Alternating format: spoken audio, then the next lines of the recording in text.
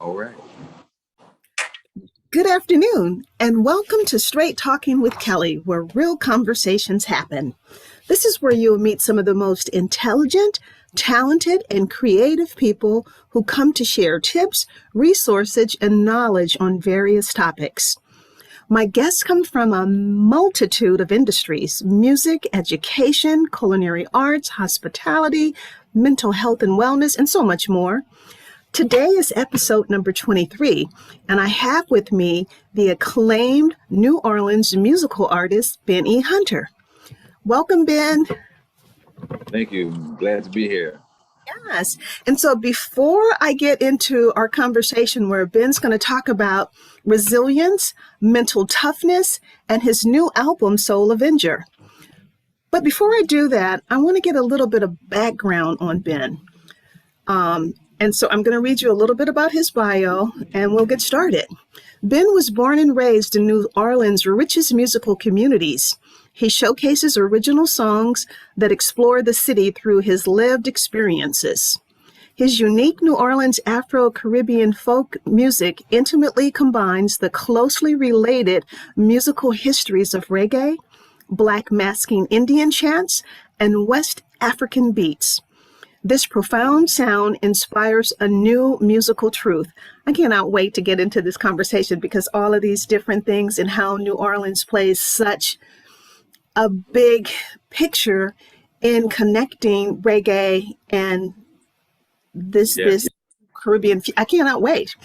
So Ben, tell me a little bit more about your background being raised. I think you were born and raised in the 7th Ward, if I'm not correct. Yes.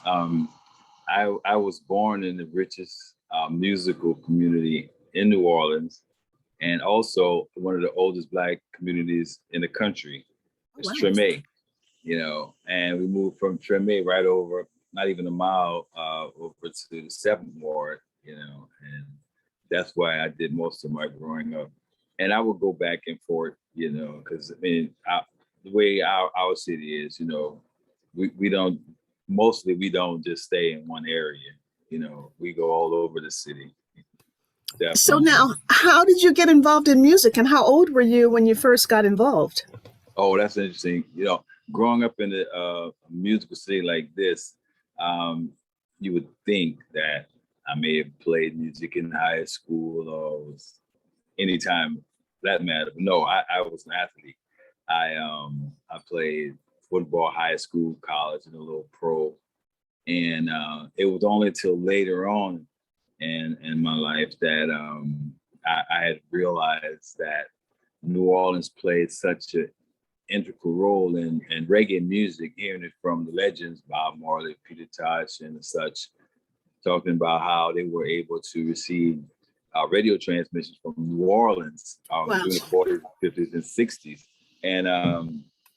And I looked around and was knowing New Orleans artists, creating or bringing this sound to light, our connection with Jamaica.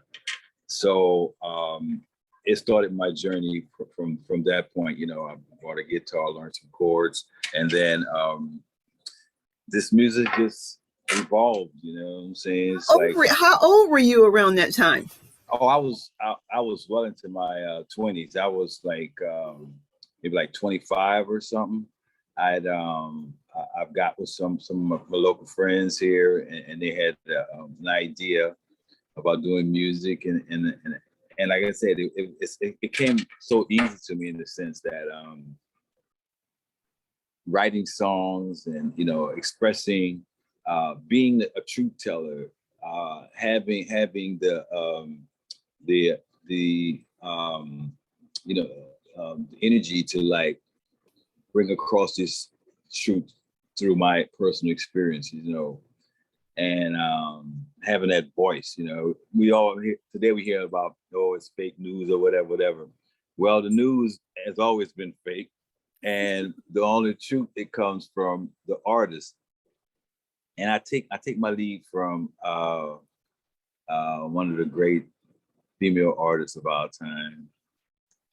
And she has a quote says that. Wait a minute. First, you got to tell me who is this artist?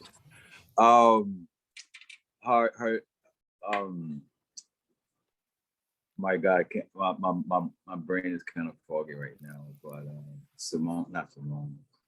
Um, I see her face. Oh my God, it's That's crazy. okay. You know what? Just keep talking. It'll come Yeah, yeah, back to yeah. you I'm, before I'm, we I'm gonna end get, up. I'm gonna get Yeah, her. I'm gonna get it'll her come because, back. but she has a point when she says that an artist's responsibility is to project the times that they're living in, you know, and that was my whole thing with being able to bring this music across in reggae, you know, because reggae speaks on those topics of, you know, social, economic, spiritual, and all the like to bring these truths to light, you know. And So it's about uplifting people too. it's definitely about It definitely uplifting. uplifts. And then the beat. Oh my God, we won't even Yes. talk about what the beat do. You cannot listen to it and not move. Okay. Right. And it goes back to New Orleans. You know, it was coming across in waves to Jamaica, and they heard artists like Fats Domino, Big Dave Bartholomew, and the like, and they kind of copied those styles. And I know this musical this Jamaican music historian. He he said that they were trying to capture New Orleans jazz with the African Nyabinghi drum and bring those two elements together to make what the sound is today in reggae, you know. So it was amazing. Absolutely amazing. Now, it is my understanding that you were in Hurricane Katrina and Yeah. Ida. You're a survivor. Oh, And no, small, so, without question. I mean, you know, people ask about, you know, why do you stay in New Orleans or why do you leave or whatever. But the thing is, we live on a living planet. So, I mean, it is what it is. Everywhere where humans exist, there's some type of natural phenomenon that is a part of their existence. So, me being in New Orleans, and I mean, from Hurricane Bessie when I was a child to Katrina and to Ida, I'll say this: Ida was the strongest hurricane that I've witnessed in New Orleans as far oh, as the wind. stronger than Katrina. Katrina, the problem with Katrina was that they breached the levees. They breached Okay. the Ninth Ward levees. They blew uptown and the 17th Street Canal, and that which destroyed the city was the flooding of those different neighborhoods. You know what I mean? Yeah, I was doing before the situation last year. I was doing an Airbnb tour, a singing tour. What I would take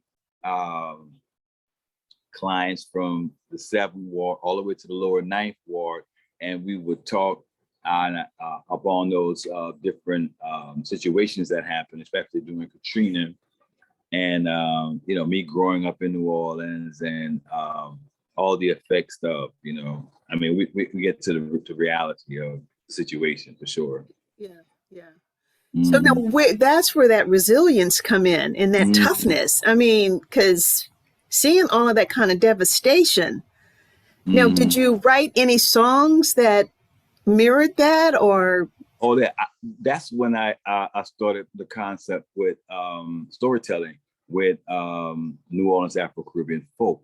My first album after Katrina that I did was all acoustic, and the album was about my experience. I call it my healing album for the city. It was a healing album for me too, because being in the midst of that whole event and seeing it from ground zero, and then hearing stories from outside of people who only get their information from what they saw on the news or whatever perspectives that they had given them.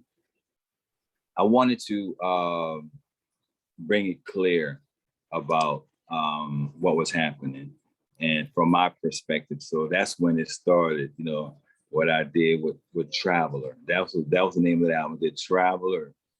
And then I backed it up with the nature of things, you know, my pops passed in 2012, and just to have that kind of experience and seeing, you know, life and death on this plane of existence that is And that we are so connected to nature that we don't even realize, because all the things that surround us and what we think is important in life, but not knowing that deep connection that we have with the nature and earth. So as I'm listening to you say that, then it makes me think about the Indian chant stuff that you do, because, they know how to appreciate the land. Man, Oh yeah. we really need them right now to really help us save the land. For real. So talk to me about what that is, what that's all about, because I'm not familiar with it.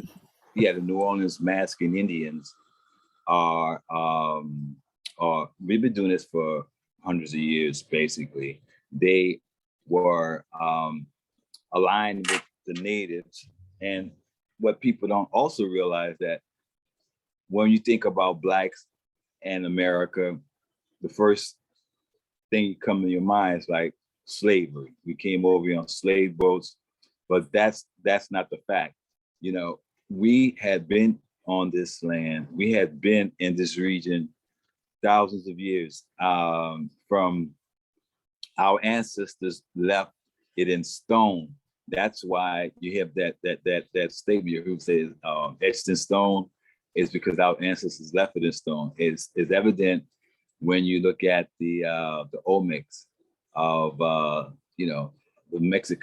Mexican era, and also all the way up to the Mississippi and the mounds that we have here in Louisiana, and antiquity is the key in knowing what these facts are, because they've been covered with a whole different ideas and concepts that man has put before us that is not really set in fact. Well, that's designed by purpose. Yes. Because we're not supposed to know how great we really are. So history has been masked. But the beauty now, thanks to Google and all this other stuff, we're able to uncover. And then we got people like you and other people out there wanting to know more and wanting to educate us more about who we are and what we have really done, and why the United States of America is also ours too. That's what I question. And my queen sister just came back to me. Nina Simone is okay. I was, you know what? And now I was actually thinking, I said, I wonder, is he talking about Nina Simone? And I didn't want to say it. Okay. Yes. Okay. Yes. Oh yeah. I was transferring, and she just came to me like Nina Simone. I said, "Oh my God, is it? That's true."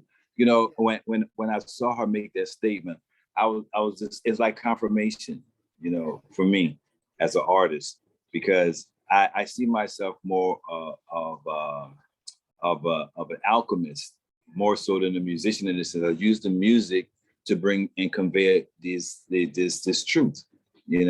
I grew up in a city with, great musicians, world internationally known, right from the hood, some, out the street, and, our guy, Louis Armstrong, and that whole story with that. So we have a certain connection to our ancient knowledge, whether people can perceive it or not. But I came to understand that New Orleans is on the same latitude as Cairo, Egypt. Wow. Hence, we have the Crescent City, the Fertile Crescent, the Nile River, the Mississippi. And you go in Cairo, you go north of Cairo on the Nile River, and you find the city of Memphis. You go north of New Orleans on the river, and you find the city of Memphis. That's how real this thing is. You know what I'm saying? So, hearing you say that, then it makes me actually kind of go back to Katrina and think about how many of our people got misplaced and how they, had to move out. And it's like, was that by design? What? Anyways, that's a whole nother story. But you see where I'm going with that? It's our question. Yeah, it Yeah. just makes you wonder. Gentrification is happening everywhere, Mhm. and we got to figure out how to stop this stuff. So it's nice to see that some people are staying in New Orleans, because if everybody moves out, because like I'm in San Francisco, and the majority of our African American people have moved out. I think we're at 3% now, and Okay. it might even be lower than that. Well, it's the same. You're right. It's the same all over the country, and it's been going on. I mean, for years. This is not nothing really new, but they can um, have certain events as Katrina and use that to make those changes a reality Yeah, for them. You know absolutely. what I'm saying? Easy, real And easy. it's my question. Yeah, it's my Oh, question. yeah. So, Rents and, go and up, property goes up, everything starts costing more. Yeah. yes, and for me, I grew up in Trinity. I grew up in the Seventh Ward, and I live in the Seventh Ward. I live in my neighborhood that I grew up in. The house that I have that we live in today, we weren't allowed to even go inside the house. Okay, and we're not talking. I'm not talking about black and white. I'm talking about black and black, dark skin black, light skin black. You No know what I'm way. You've got saying? to be kidding me. Oh, No, you know baby. what? No, I'm giving you the real. Cause look, That again, is, you know what? To me, that's more scarier than anything else. and that's been my experience. I tell people, I tell everybody, I tell anybody, I had more conflict with my own here in this city growing up than I ever had with any whites. You know what I'm saying? Or any time in my life, even my travels for sure. And I think that it's a mindset for one. If how the sayings goes, how a man thinketh he is. Yes. As a man So thinketh, so is he. Yes. okay. So if you think he is the one who always getting abused, or he think he's the target on my back or whatever, that's what you will be. Absolutely. you know. Absolutely. So People don't I realize never the felt that. power of the mind and your thoughts. Oh yes, Yeah. yes, Yeah. it's very powerful. And again, Absolutely. we used to have this thing when we were young. We used to talk about, I got your mind. You know what I'm saying? Oh, that's scary. Yeah, and be like, well, you got my mind. You got, yeah, Yeah, you don't want nobody to have that. So that's the thing. You have to have your mind, or someone else will. Oh, You baby. know, Say it again. Say it again. especially today. You know, Yes. Oh, and yeah. look, I, Oh, I yeah. go back. I go back to my great grandmother, who was 104. When she left, never owned a car, never went to school, but the smartest woman I knew. She Yes. had a saying: "Believe half of what you see, none of what you hear." Okay. Now, who did a song like that? Somebody's got a song. Was it Marvin Gaye? I heard it through the grapevine. Maybe her. Yeah. Remember, I think there's a Yeah, line in there that says that. Yeah, oh, yeah. yeah. That's look, and I take that to heart, and that's been my mantra my whole existence. So Yeah. I'm down. It's time for us to really start waking up Oh, look, in a long time, major long way. time, And long time, but long time. now more so than ever, Yes. because we're in dangerous grounds when the president can actually say the election was stolen. Really? And got people, wait a minute, and got thousands of people, millions, mind you, saying it was. It's like, really? Okay. Well, let me say this here. Dick Gregory ran for president. He ran for president in '68. I don't remember Dick that. Okay. Gregory. And Oh I yeah, love Dick yeah. Gregory, but I don't remember that. Okay. You have to Google his story on stolen elections. Okay. Okay. From 1968 down, and I don't deal with the politics or anything of such. I deal with reality. I was 5 years old when they killed Kennedy, and I knew something was up at 5 years old, and I ran away from home. I had my whole neighbors looking for me and my friend. I went for like hours, and my mom said she had Why to did you find run me. away? Why did you run away? Because Kennedy got shot? Yes, and I saw the reaction of my moms and my people Oh, around okay. me, and I couldn't put together why did they have to kind of reaction to somebody they didn't really know. You know, I mean, I was 5 years old. I'm just like Right. going that 5 years. But I had something in my spirit saying, "There's more to be going on than what's really to be seen here." You know what I'm saying? So for me, that's where I've been at it with it. You know, so I don't take no sides. You know, I observe. I use my own power to define. I say the average American, how many people you know have a library in their house? You know, I do. I mean, okay, besides yourself. Well, you know what? Most of the people that I know have libraries because they are readers.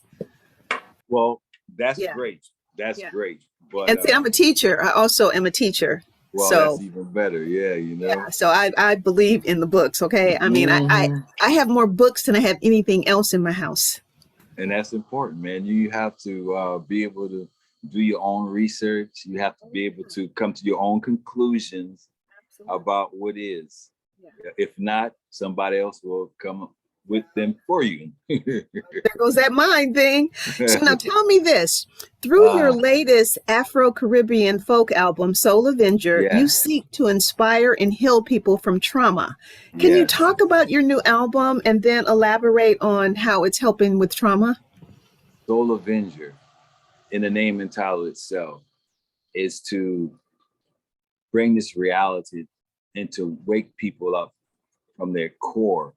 You know, see it in my song, we talk about uh, what's really happening. You know, what real time we're living in. You know, and once people get to the core of the truth, they say truth is an offense, but it's not a sin. Some people they want to hear the truth. Some people run away from the truth because they have to look themselves in the mirror and see that reality, you know.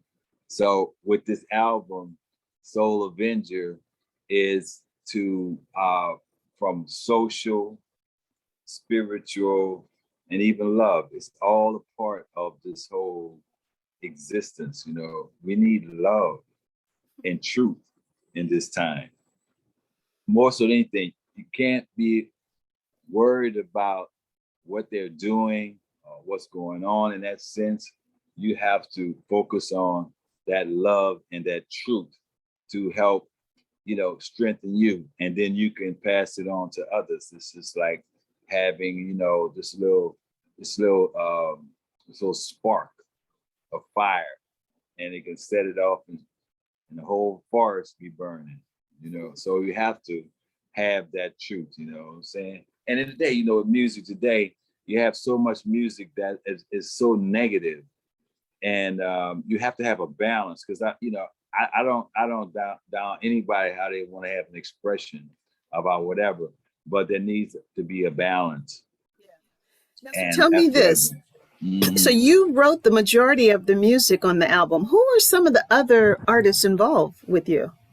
What as far as musicians, there were the producers Brian and Wayne Jobson, the Jobson brothers, with Neil Case.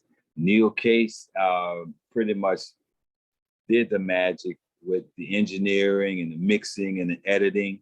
We went down to Jamaica at Jack Ruby's studio, and which is like is you know it's like the Mecca, one of the Mecca recording studios in Jamaica. He has a history that's unlike any other.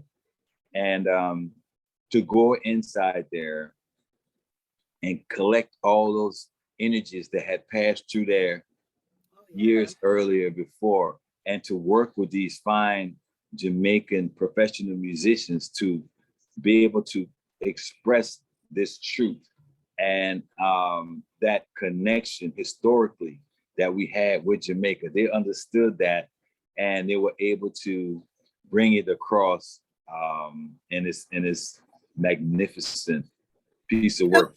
And this is what I was going to say to you too. So Soul Avenger is a visionary, rhythmic driven, and poetic celebration of two idioms, New Mhm. Orleans Afro-American roots and Jamaican roots. How did that fusion occur? Again, it was so cosmic, you know what I'm saying? And when they asked me, Brian and Ron, to send in some songs, I think I sent them about 40 songs or something, just on acoustic. So and again, with their understanding of our connection, they chose the songs that were perfect for this project of my, of my songs, So we got down there, and it just like was magic. It was no rehearsal. We went to the studio, we laid the tracks down. Like 4 days we did the album. The album was complete in Wow. like 4 days, you Wow. know. But Wow. but not the editing and that was stuff like that. I'm just talking about the basic elements, drum, bass, guitars, vocals. It was amazing. Susan Cowell, she did all the background work, and bless her soul, she has passed on. And we had again these folks knew how to bring it across. Okay. Yeah. Okay. Now, you are known for socially conscious music. Mm. Some tracks on the album were inspired by local headlines like Genevieve. What is Yeah. that song about? What is that about? Well, Genevieve is a song about Genevieve Sharp. She worked in the city's tax office here in New Orleans, and she found out that there were folks who weren't paying taxes, and first brought it to local, of the state senator, and she brought it to Judith Watts, was the state senator at the time, and she brought it to the media. And when that happened, uh, Genevieve was found assassinated in her home, like on a Sunday morning. Her daughter said she had passed the house and saw this unknown car in her driveway, but she thought maybe it was Sunday, they was going to church or something like that. And she just kept going. And then when she came back to find her mother had been basically assassinated in the house. So that song was inspired by her courageousness, for even to bring it out, because this is a microcosm, a macrocosm. You think about, city government, state, federal, international, it all has that same type of elements in it. You know what I mean? People are what they call them, truth tellers or whatever. They'll come out to the public and tell them what's really going on, and they'll be, um, having the type of situation happen. So I did that song in honor of her. And when I say who killed Genevieve, we still want to know who killed Genevieve. Oh, so it's like an unsolved, it's a cold case? Is a cold case to Okay. date. Wow. Wow. Mhm. So now what has it been like with the COVID lockdown? Did that interfere with your touring or anything like that? Oh well, if it interfere with everybody, Well, yeah, oh, absolutely. So during that but time, yeah, is that when you start working on the album? the album pretty much had been in the works for some time, for sure. But during the lockdown, me and my wife and the daughters, we just continued on our lives pretty much. You know what I mean? We sat, we meditated, we researched, we went around the city, we walked around the city, me and my wife, because I have to be sure that what's being said is a reality, and I had to prove to her also, because, a lot of times people get so caught up on the media and the circus that they create, that they get really lost in what's really true. So that's what we did. We also, I mean, we went camping. We went from North Carolina to Colorado, Mexico. We just traveled pretty much, you know what I mean? To get some sense of normalcy when everyone else are so in their minds, are paranoid and fear and all the whole thing, you know what I'm saying? Yeah. So that's what we did. We just kept it going, you know. And for me, my 80-year-old mom in December 2019 had came down with that, hospitalized. Oh, wow. And she's still here today. You know what I'm saying? Okay. So I look at it as such that, you know, hey, I mean, if she came through with it, and my mom is not like, I won't say super healthy in a sense, you know what I mean? She's on medication and such. Right. She's got 4 shunts in her, you know, from years. And she came through, you know, so. That's a blessing. She was blessed. A blessing. You know, that's definitely a blessing. That's what I'm saying. So, and so when they brought it to the public, I was totally aware of, you know, that situation for sure with my mom, and knowing that this is an ongoing thing. It's been going on. It's not just happened when they said it happened. It's been happening. You know what I'm saying? I think it happened sooner than what they had thought too. Oh no, they knew exactly. They know. Now tell me this: what has been your most memorable project? Well, for sure, this project here is what I was. The Soul Avenger. Soul Avenger. Soul Avenger is the pinnacle of my musical expression. You know, because I was able to bring those elements together. It's historic, this project, because there's no other artists in New Orleans have ever dwelled in this area, and to have that platform and to being able to talk about my experiences through my music, you know, like my first single, we say, The Big Easy. We did a video. If anybody wanted to take a little trip to New Orleans and never been here, you watch my video, you'll get some idea of the colorful city that we live in, and also the despair, also intertwined with party and intertwined with resilience and intertwined with creativity. All of those elements are there, you know. So, and in the song, I basically say, half the youths that played with me are now playing the penitentiary. And this is a fact. I had 2 brothers who lived across the street from me. They were adopted. They both were abused by Catholic priests. Oh, wow. One, the older one, had started robbing and assassinated a grocery store owner in the quarters. He got life. The other brother went back and killed his abuser. And that made like national headlines, you know.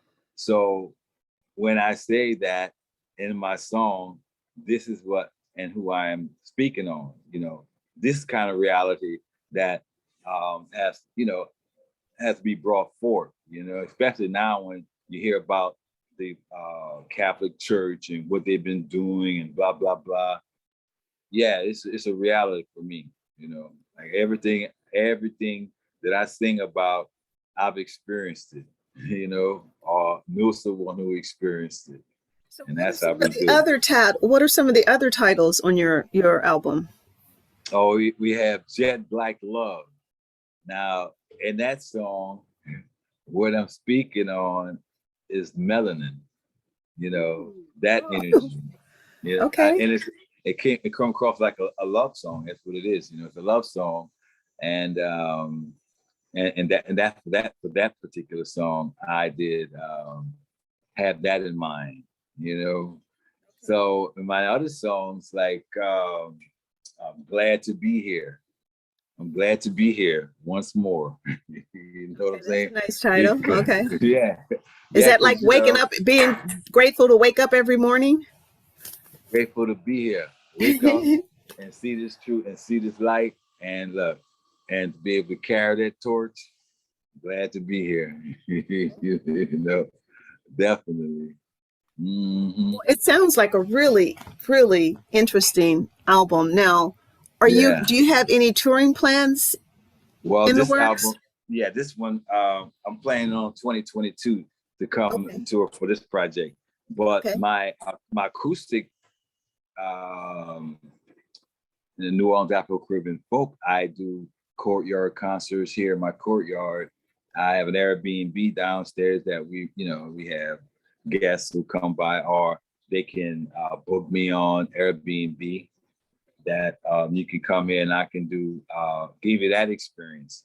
New Orleans Afro-Caribbean Folk, and I can tell you, sing stories about New Orleans and the things that goes on here, you know.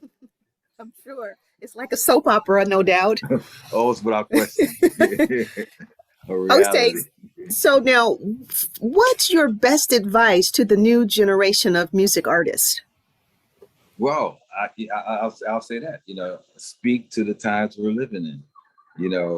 Let's be real, so that those who you inspire can have that mindset, and be more aware that they won't fall into different traps that's being set for folks to fall in. So that's more important. And educate yourself in these truths, and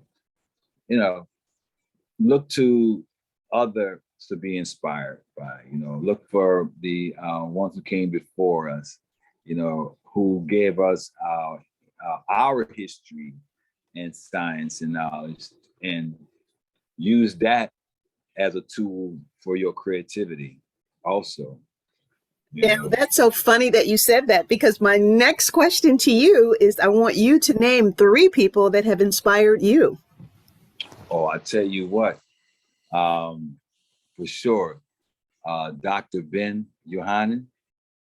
Dr. Ben, it was years ago. My mindset has been like this forever, and I would talk to my friends and associates or whatever. And a friend came up to me, man, you ever heard of Dr. Ben? He at the time, it was like in the 80s, he came down here to speak at the Black Female Social Workers Convention. And the dude had recorded his whole speech, you know what I'm saying? And he opened up with, he said, heaven is between a Black woman's legs. And everybody was just like, fell out, right? And then he went on to explain it, how when he went to Dendara in Egypt, and on the ceiling of the roof was the goddess Nut, where she had the whole constellation starting from her breast to her vagina. And this was like, it was astounding, for him to say that and to have that proof and make that correlation. So Dr. Ben has been one of my, because my name is Ben too. Okay. He's one of my, and also I gotta say Dick Gregory for sure, and Dr. Sabi, those three for sure, but and many others without question, but those three. Sure, but I always just say three because I know there's always more, so right. Yeah. Mm-hmm. Yeah. No, I think that's awesome. Okay, so we're getting ready to kind of close out, but before we do, I would like to ask you, what would the 9-year-old Ben say to the grown-up Ben now? Oh, wow. What the 9-year-old would say? Oh, you made it. You had an experience for sure. You know what I mean? I could think about some things, but yeah, that's for sure. You made it. You made it to this point, and what the future will be. The future is now. That's what we're doing. Okay. So now, is there anything you would like to say to the listening audience? Well, again, we have to realize that we are organic biological entities in an organic biological recycling environment. This is the truth. You know, we have to connect with nature. We have to connect to the universal thought. Unplug yourself from this mundane reality. Once you connect with the universal thought, these truths will come down like the downloads on your computer because we got that connection. You know what I'm saying? You're gonna have some downloads that you have to see what am I really hearing this? And then you're gonna find yourself coming into someone or something that's gonna confirm that reality, once those downloads have come. That's beautiful. Now, how, if the audience wants to be in touch with you, how can they reach you? BenEHunter.com, baby. You can come there. You can book me for a personal concert, or if you just want to just talk on some esoteric cosmic realities. I got it. We can do it, but it's BenEHunter.com. Go into my website, see me, and check my video out, The Big Easy, if you want to know how it goes. All right. That's beautiful. So I would like to say, Ben, thank you for taking out the time to be my guest on Straight Talking with Kelly, where real conversations happen. And to my listening audience, thank you so much for being here. So, Ben, we definitely have to have you back when you are anytime getting ready to do your touring, okay? All right. In the new year. Okay, baby. Take care.